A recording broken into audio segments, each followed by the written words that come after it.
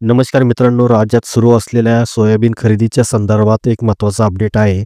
मित्रांनो, राज्यात सुरू असलेल्या सोयाबीन खरेदीला पुन्हा एकदा मुदतवाढ मिळवण्यासाठी केंद्राकडे राज्य सरकारच्या माध्यमातून प्रस्ताव पाठवण्यात आलेला आहे.